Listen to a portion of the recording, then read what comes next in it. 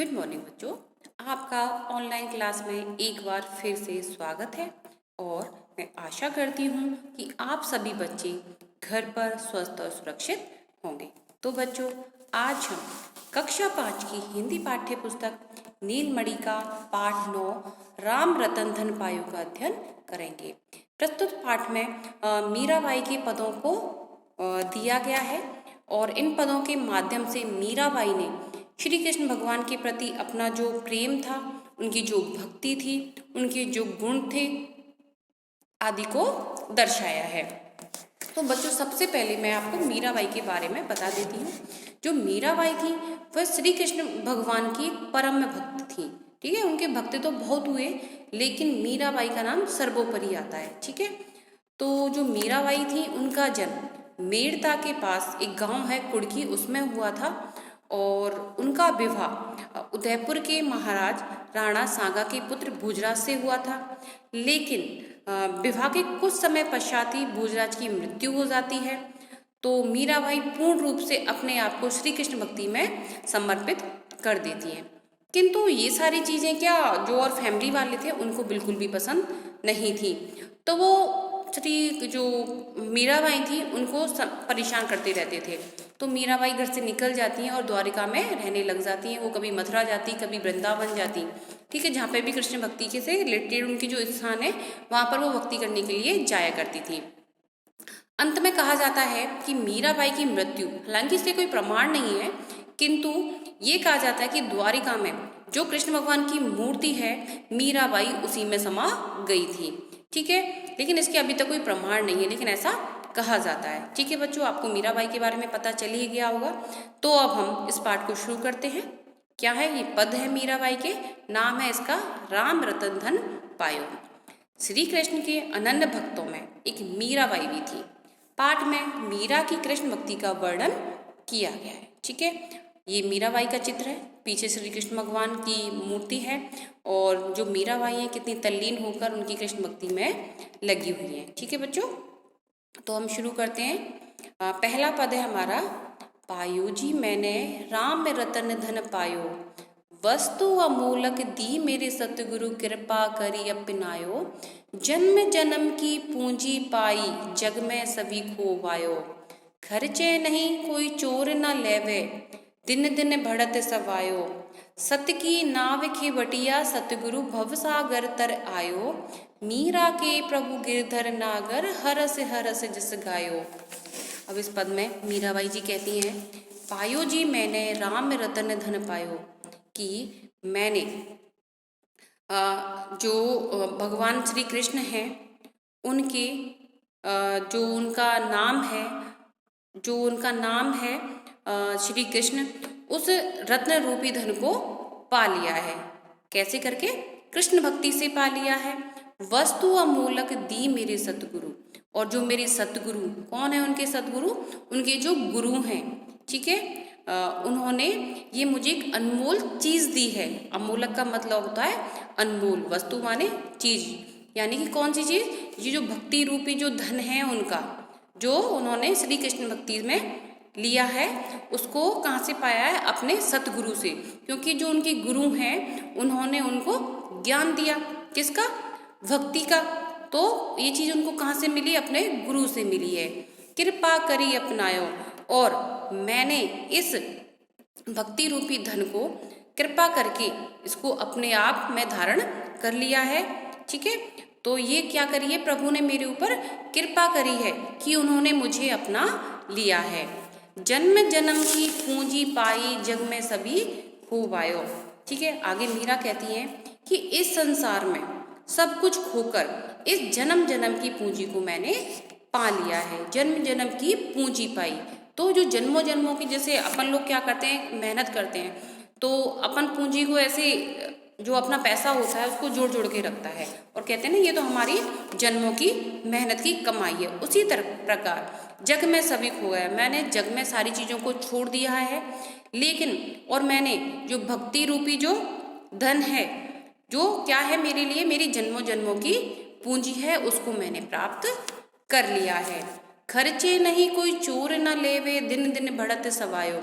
आगे कहती है खर्चे नहीं, इस भक्ति को, इस ज्ञान को तुम दूसरों को दोगे तो ये खर्च नहीं होता, ये कभी समाप्त नहीं होता है। ठीक है, कोई चोर ना लेवे और इसको कोई चोरी भी नहीं कर सकता, क्योंकि ये तो अपने पास है। हम जितना ही भक्ति श्री कृष्ण में लगाएंगे तो उसको कैसे हमसे कोई छीन सकता है, नहीं छीन सकता। दिन दिन बढ़त सवायो, और दिनों दिन यह है बढ़ती रहती। किस तरीके से? सवा गुणा ये बढ़ती रहती है। क्यों, कैसे बढ़ेगी? क्योंकि हम जिस तरीके से भगवान की भक्ति करते जाएंगे तो जो हमारी भावना है वह ईश्वर के प्रति और बढ़ती चली जाती है। तो ये कैसे बढ़ती है? सवा गुणा बढ़ती रहती है ये। सत्य की नाव खेवटिया, सतगुरु भव सागर तर आयो। मीरा कहती है कि बे, सत्य माने सत्य की जो नाव है, जिस पथ पर वो चल रही हैं, खेवटिया यानी कि नाव पार लगाने वाला कौन है? सदगुरु, उनके गुरु हैं। उन्होंने क्या कर दिया है? इस संसार रूपी सागर से उनको पार कर दिया है। ठीक है, किसने कर दिया है? सदगुरु ने, यानी कि उनके गुरु ने उनको पार लगा दिया है, यानी कि जो सारा ज्ञान है वो उनको दे दिया है। मीरा के प्रभु गिरधर नागर, हरस जस गायो। आगे मीरा कहती हैं कि मीरा तो के प्रभु कौन है? गिरधर नागर है। गिरि माने गिरिराजी पर्वत को, धर माने धारण करने वाले कौन? श्री कृष्ण। श्री कृष्ण हैं और मैं उन्हीं का यश गाती रहती हूँ। और हरक जैसे गायो, और हरक यानी कि प्रसन्न होकर, तल्लीन होकर मैं उनका यश गान करती रहती हूँ।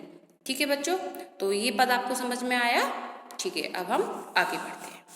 दूसरा पद है, पग घुंघरू बांधे मीरा नाची रे, मैं तो अपने नारायण की आपी हो गई दासी रे। विष का प्याला राणा जी ने भेजा, पीवत मीरा हासी रे। लोक कहे मीरा भई बावरी, सास कहे कुल नासी रे। मीरा के प्रभु गिरधर नागर, हरिचरणन की दासी रे। ठीक है, ये जो दूसरा पद है इसमें मीरा कह रही है, पग घुंघरू बांधे मीरा नाची रे, कि मीरा क्या कर रही है? अपने पग यानी कि पैरों में घुंघरू बांधकर नाच रही हैं। कैसे? भक्ति में लीन होकर श्री कृष्ण के समक्ष वो क्या कर रही हैं? नृत्य कर रही हैं और कह रही हैं, मैं तो अपने नारायण की, नारायण यानी कि जो श्री कृष्ण भगवान है वो किसका अवतार है? वो नारायण का ही है। ठीक है, तो मैं नारायण के अवतार श्री कृष्ण की दासी हो गई हूँ। ठीक है, कैसे दासी हो गई हूँ? भक्ति में लीन होकर। वो कह रही हैं कि और श्री कृष्ण भक्ति में तल्लीन होकर नाच रही हैं। वे स्वयं ही अपने नारायण श्री कृष्ण की दासी हो गई हैं। कैसे हो गई हैं? उन्होंने अपने आप को श्री कृष्ण के समक्ष समर्पित कर दिया है। ठीक है, आगे, विष का प्याला राणा जी ने भेजा, पीवत मीरा हासी रे। जब श्री कृष्ण भगवान की भक्ति में मीराबाई तल्लीन हो जाती हैं, वो अपने आप को समर्पित कर देती हैं और हमेशा वो भक्ति में ही लगी रहती हैं, हमेशा उनकी पूजा पाठ में ही लगी रहती हैं, तो जो उनके फैमिली मेम्बर्स थे, क्योंकि पति की तो डेथ हो जाती है, तो उसके बाद मीराबाई भक्ति में लीन हो जाती हैं, तो जो उनके फैमिली मेम्बर्स थे वो क्या करते हैं? उनको थोड़ा परेशान करते हैं, क्योंकि वो उन सब लोगों को मीरा का ये तरीका बिल्कुल भी अच्छा नहीं लगता है। तो विष का प्याला, मीराबाई के जो देवर थे राणा जी, वो क्या करते हैं? विष का प्याला भेजते हैं मीराबाई के लिए। पीबत मीरा हासी रे, और मीराबाई क्या करती है? उसको हंसते हंसते पी जाती है, लेकिन फिर भी उनको कुछ नहीं होता। क्यों नहीं होता? क्योंकि मीराबाई किसकी सेवा करती थी? किसकी दासी थी वो? श्री कृष्ण भगवान की।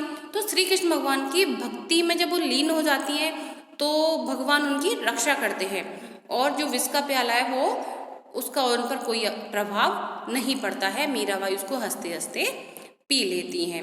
लोग कहे भई मीरा भई बाबरी, सास कहे कुल नासी रे। लोग यानी कि संसार। अब पूरा संसार ही यह कहने लग जाता है कि जो मीराबाई है वह तो बाबरी यानी कि वो तो पागल हो गई है। किसमें पागल हो गई है? श्री कृष्ण की भक्ति में पागल हो गई है, क्योंकि वो तो हमेशा श्री कृष्ण के अलावा उनको कुछ दिखता ही नहीं है। तो कहते हैं कि मीरा तो बिल्कुल ही पागल हो गई है।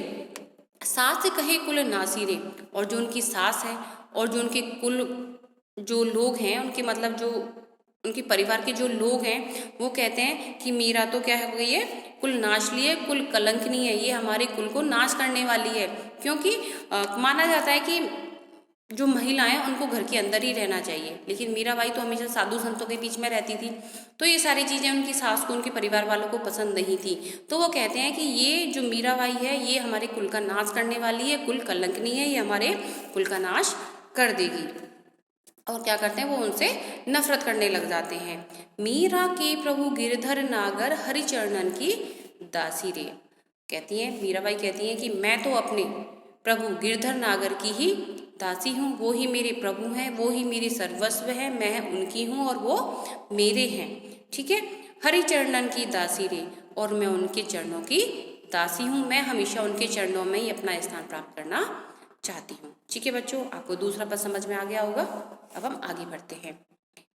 आगे है, बसो मेरे नैनन में नंदलाल, मोर मुकुट मकराकृत कुंडल, अरुण तिलक दिए भाल, मोहिनी मूरत साविरी सूरत, नैना वने विशाल, अदर सुदारस मुरली राजत उर्वे जंती माल, क्षुद्र घंटिका कट तट शोभित नुपुर सवद रसाल, मीरा प्रभु संतन सुखदाई बगत बछल गोपाल। ठीक है, अब इस पद में क्या है, मीराबाई श्री कृष्ण भगवान का जो रूप है उसका वर्णन कर रही है कि हे प्रभु, हे नंदलाल, आप क्या करो, मेरे नैनों में बस जाओ। ठीक है, कैसे बसेंगे, क्योंकि जो आपका रूप है वो मुझे मोहित कर रहा है। जब मैं आपको देखती हूँ तो मैं आपकी तरफ आकर्षित होती हूँ। तो हे प्रभु, आप ऐसा करो, आप मेरे नैनों में, आप मेरे नेत्रों में ही बस जाओ।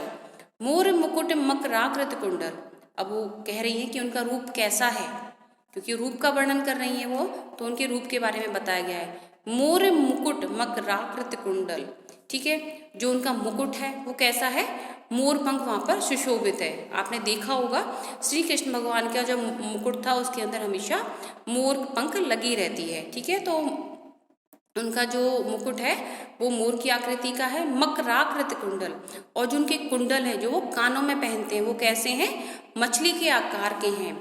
अरुण तिलक दिए भाल, और अरुण यानी कि सूरज, तिलक दिए भाल, और सूरज की आकृति का जो तिलक है वह कहाँ सुशोभित हो रहा है, भाल यानी कि उनके मस्तिष्क पर, उनके माथे पर सुशोभित हो रहा है।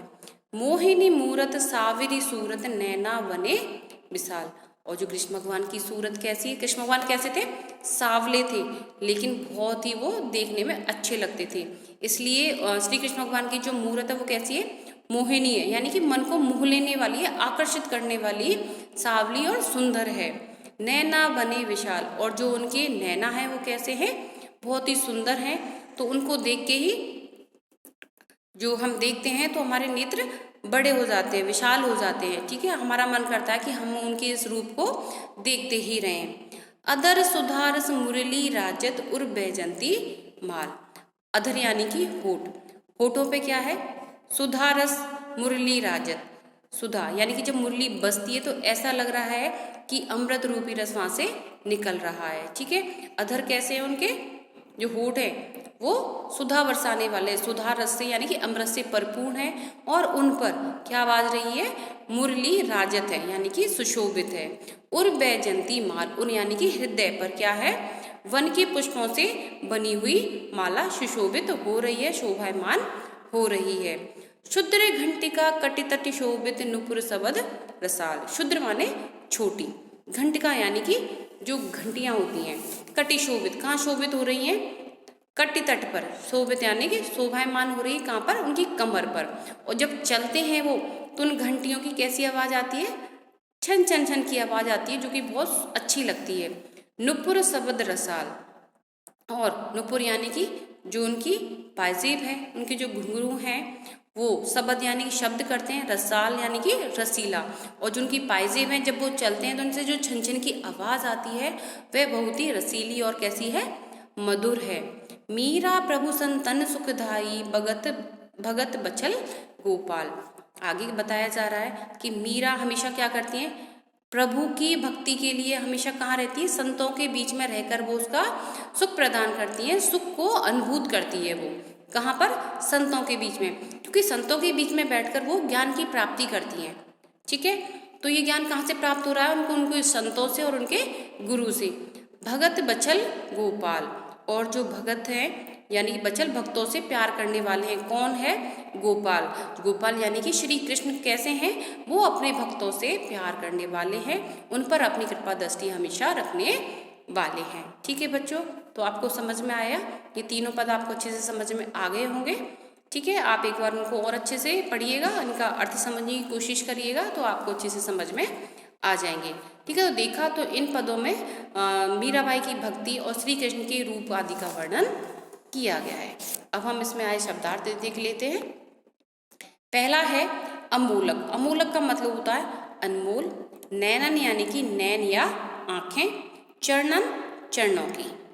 खेवटिया नाव पार लगाने वाला।